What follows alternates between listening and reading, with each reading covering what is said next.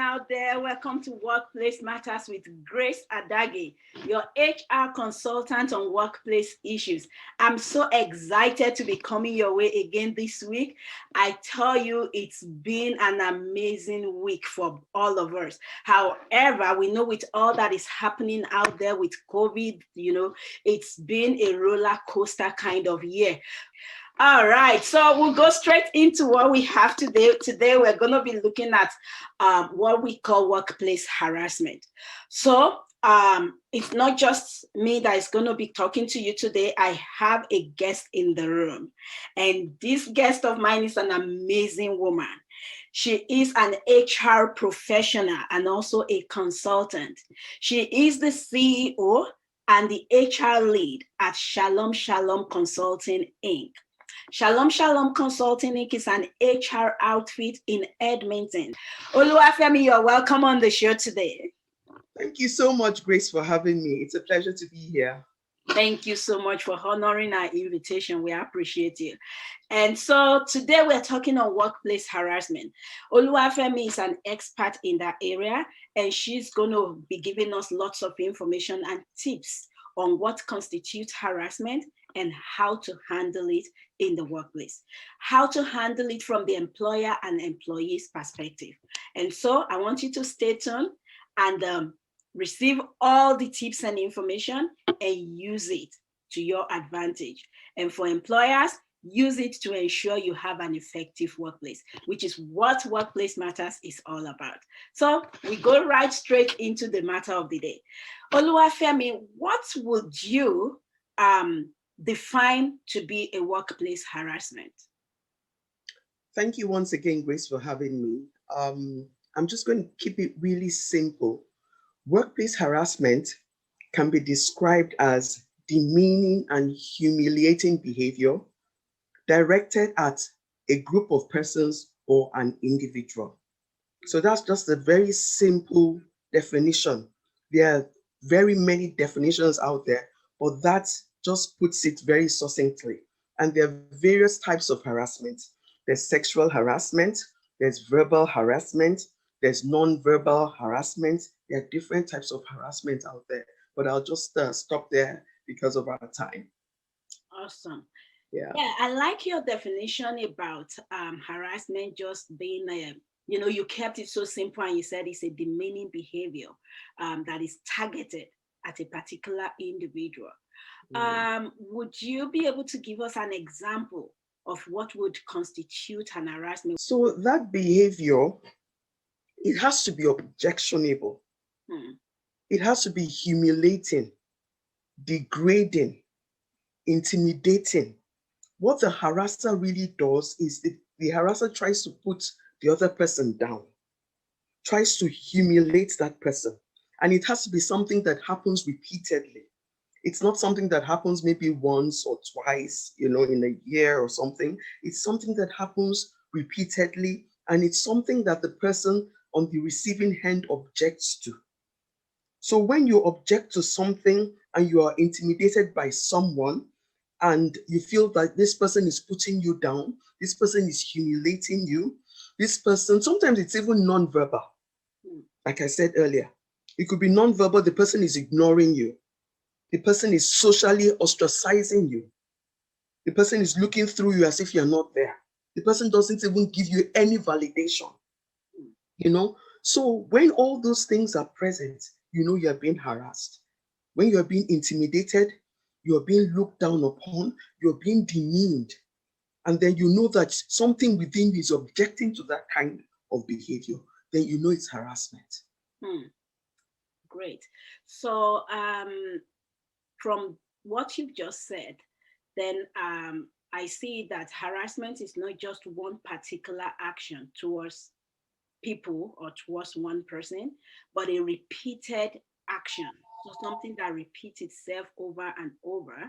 And also, it's not just repeating itself to a group, but if you're being singled out as an individual in a group and you keep experiencing that kind of behavior from that person, then you should know that is harassment. Right. Yes. And then I just want to draw a quick distinction. Sometimes, I don't know if we're going to talk about this later, but I just want to drop this. Sometimes people think that when you're being corrected, when you're being told that your work is not up to par, it's harassment. Positive criticism is not harassment if it's done in the right way. So we need to draw that distinction. Yeah. If your boss is telling you you're not meeting your deadlines, you drop the ball on one or two issues, that is not harassment. Yeah. Okay. I agree with you. And actually, we're going to talk about it later, but it was good you brought it up now. And so when we talk about it later, we just mention it in passing, because you've actually hit the nail on its head already. So we won't dwell too much on it. So yeah, great. And so just to give two examples in alignment with what Oluwafemi just said. I got this from Canada government website on what may constitute harassment and what is harassment, which is an example I'm just going to give to back what Oluwafemi has just told us. The number one example is what may constitute harassment. So the example is Bob meets with Dan a third time and becomes impatient with him by raising his voice during the meeting and by making accusatory statements such as "you are incompetent." This may constitute harassment. Now, what would we say is harassment? This is another example. Bob speaks to Dan in a belittling and demeaning manner and calls him a slow, lazy, and incompetent person. He has threatened to fire him on more than one occasion if he doesn't shape up, and has warned him that there are lots of people waiting in line to take his place. In a fit of rage, Bob throws Dan's report in the garbage and laughs sarcastically at Dan. Dan feels that Bob had been rude to him by making degrading and offensive comments and fears Bob's behavior towards him. He feels his livelihood is also being threatened. That is harassment. Yes. Am I right with what I've just read out? 100%. 100%. Because sometimes it's that tone of voice. It's the fact that you are humiliating that person. You're being offensive. You want to really bring that person down. You want that person to lose their self-esteem. Yeah. Great. And also to buttress the point that you mentioned about what does not constitute harassment, because like I said, we're going to discuss it, but then you mentioned it like when your boss is correcting you on your job, giving you feedback, performance review, that is not harassment.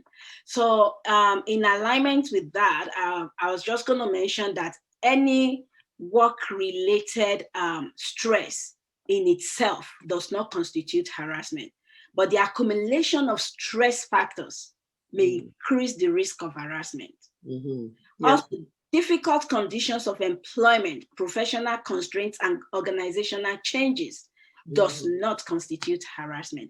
I believe, Femi, you want to say, add to that, like, what do you think that does not constitute harassment in the workplace, just to clarify it for viewers out there, so that we don't begin to see every situation that we come across as harassment? Yeah, so sometimes you might have a different point of view from somebody else. And the expression of that point of view by that other person does not constitute harassment.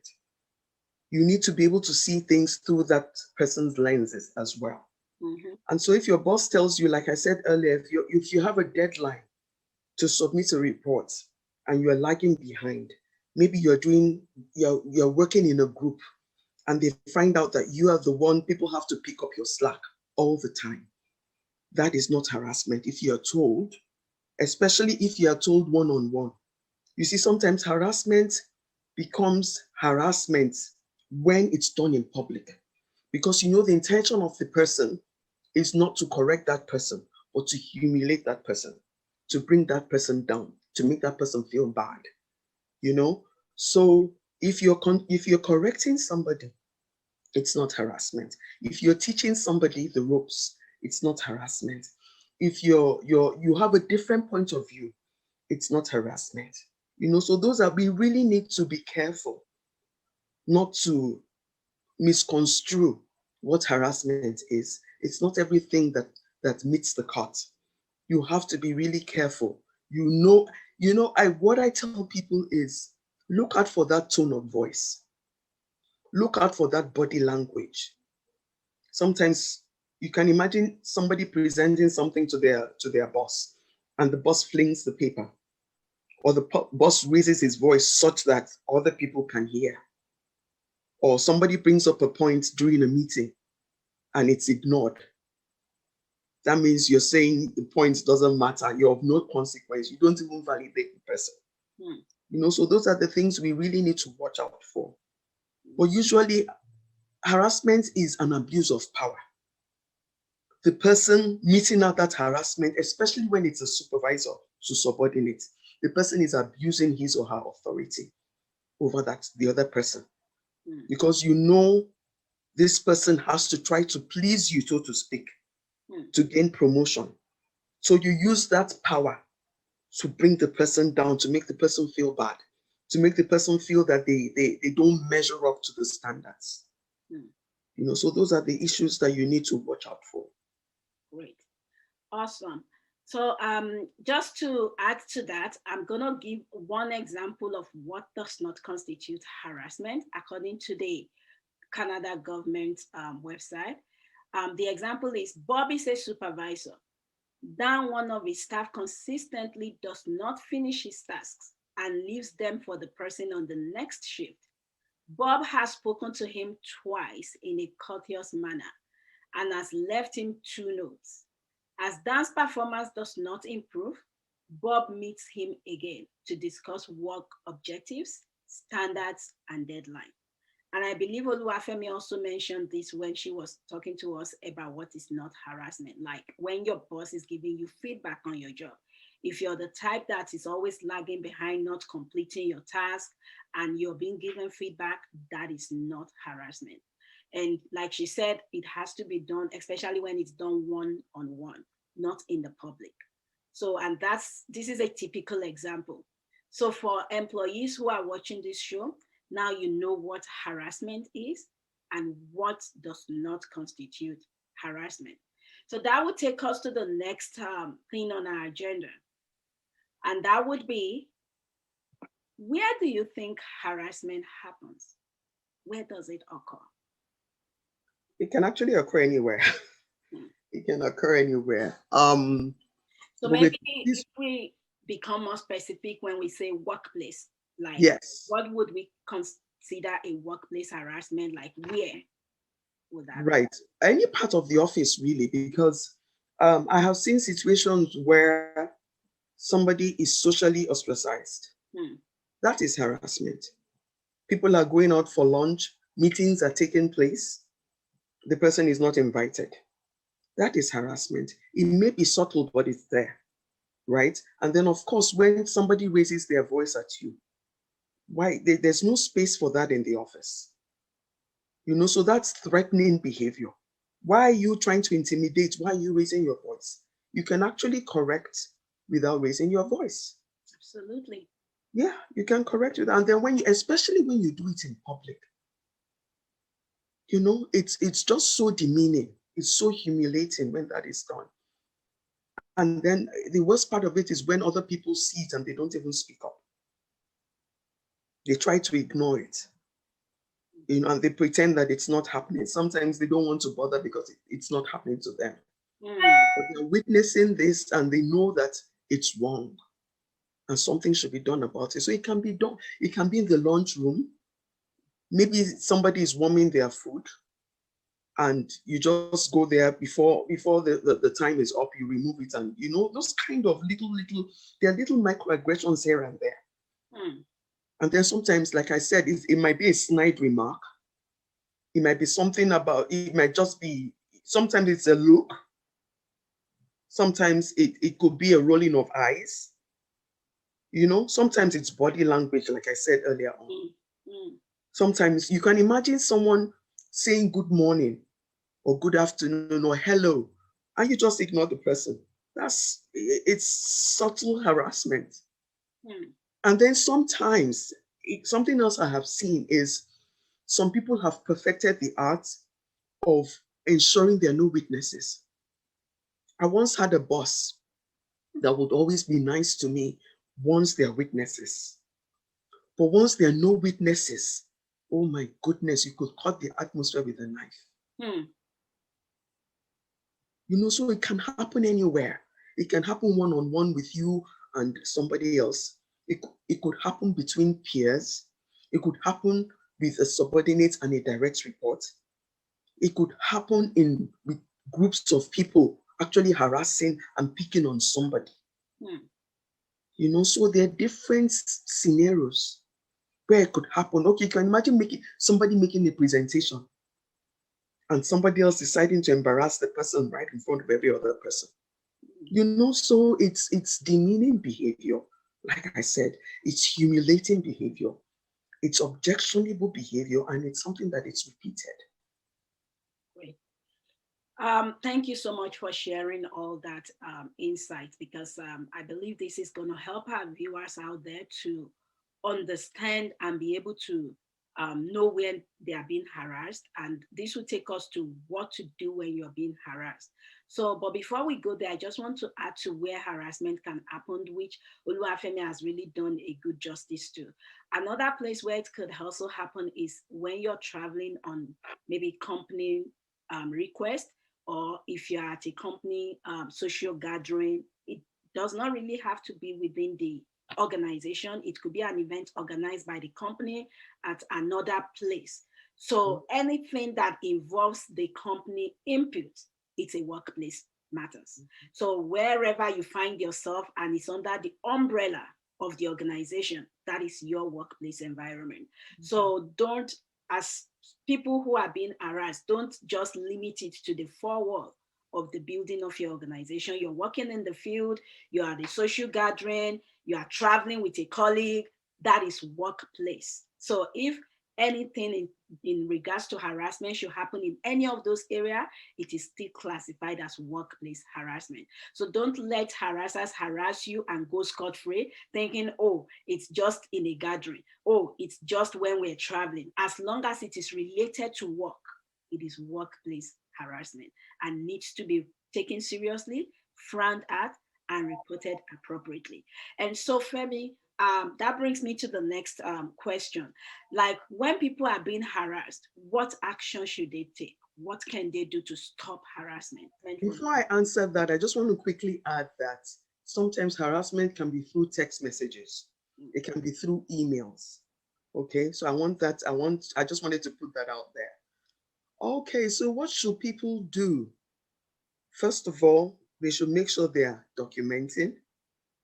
They should make sure they're speaking to somebody in a position of authority, somebody that can actually do something about it. Don't keep quiet. It's either you speak to your supervisor, if it's from a peer, speak to your supervisor. But if it's your supervisor doing the harassing, because sometimes it is the supervisor, speak to somebody else.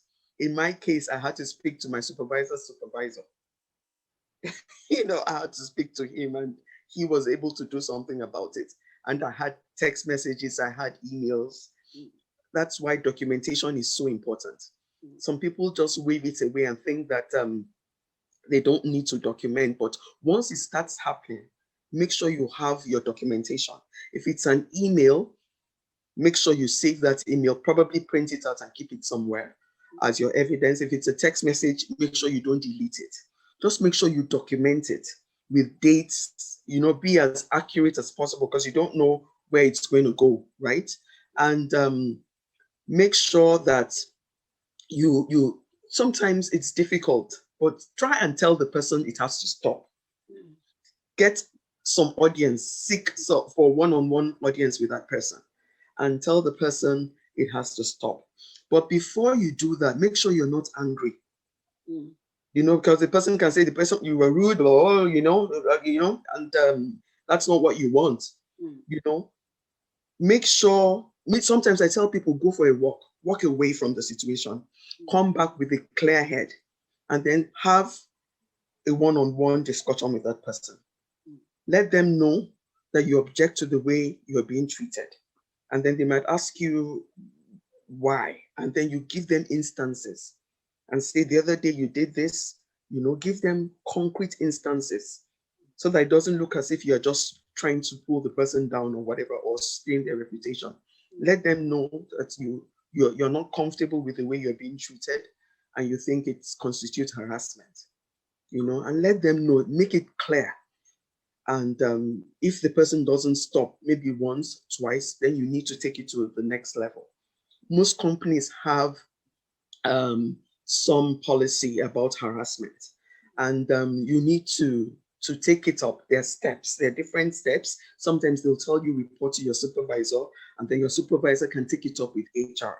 Sometimes they tell you HR might be the person harassing, then you have to look for somebody else that you trust, that you can speak with, that will take it up. And hopefully an investigation will be done and things will fall into place. I haven't really seen that happening, to be honest with you. It happening, but hopefully somebody out there will watch this and know that something has to be done, because we have the policies in place most of the time, but during implementation, we drop the ball. And it's not supposed to be like that. There's always somebody out there that can take that case up. So make sure you speak to somebody. Please don't keep quiet, because it's psychologically damaging if you keep quiet. Awesome. Wow. Thank you so much for that tips and that advice. Yeah, don't keep quiet. Speak out. And at this moment, I want to also use it to encourage employees to please go through your company policies. I found out that as employees, we don't really care about things like that. We take them, they tell us where it is, or they give it to us in your handbook, and you just put it aside. You don't even go through it, So the policy is not just another document on the cabinet. It's actually the living guidelines for the organization. Policies are meant to be living within the organization, which is what guides the behavior, the atmosphere, the culture of an organization. And as employees, you need to know what is in those policies. It's always put together to help your relationship with your employer's relationship.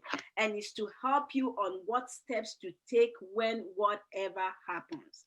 So please don't put it aside if you are that employee who has not even opened your employer's policy, your company policy for whatever years you've been working in the organization. I think it's a good time to go there and just read it. Try to understand the procedures. What should you do if this happens? It's there. Under the harassment policy, you would always have procedures, steps to take. If someone is harassing you and you find out you cannot talk to this person directly, because some of us, we also feel threatened to even go speak to the person. Where is the next line of authority to report to? It's in your policy. Don't die in silence. Don't suffer in silence. So please don't keep quiet. And like Femi said, if you witness someone that is being harassed and the person is afraid to report, you can be that whistleblower. You can be. And I just want to tell you to employers, please do not prosecute whistleblowers. Don't make them feel like they're going to be punished because they are reporting an incident. It's an opportunity for you to investigate. It's an opportunity for you to create that safe and effective workplace, so that you don't create a workplace that is poisoned, that people cannot express themselves and they are dying in silence. Please don't encourage it, employers. Rather, encourage people to come forward, to speak out. That will make your workplace a great place to work. Because whether you like it or not, people are talking. People are talking, and it's whatever they say impacts your reputation as a business. Whatever they say impacts your brand. And if you're that employer who is mindful of creating that great, amazing brand, you want to make sure that your people management and relationship is a top notch, and you cannot afford to take your eyes off any issues that has to do with harassment, bullying, anything that affects people's morale in the workplace. You've got to take it seriously. That would take me to the next thing, Femi. Thank you so much. And I think that will be our last subject of discussion is, so I understand you could report to HR, you could talk to the person, you could talk to your manager. And I just want to find out, are there any government bodies out there, independent bodies that you could report to if there's maybe it's not being managed properly in your organization, and this is going to cost you your source of livelihood or even impact your sanity? Who outside of the organization can you report to? You could actually report to the Alberta Human Rights. You can go to them and report. I mean, if you feel that you're not being treated fairly, because to be honest with you, I have personally, I have witnessed a situation where I had to go to my boss's boss, like I said earlier on.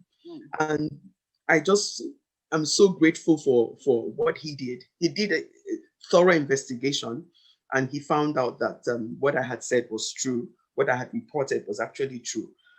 It's okay to have those policies, but if you don't implement those policies, there really has to be a consequence. Where there's no law, there's no transgression. The law is there. And then when you find people that do something that flouts the law, there has to be a consequence. Yeah. And when people know that you're serious about it, then they pull their socks up.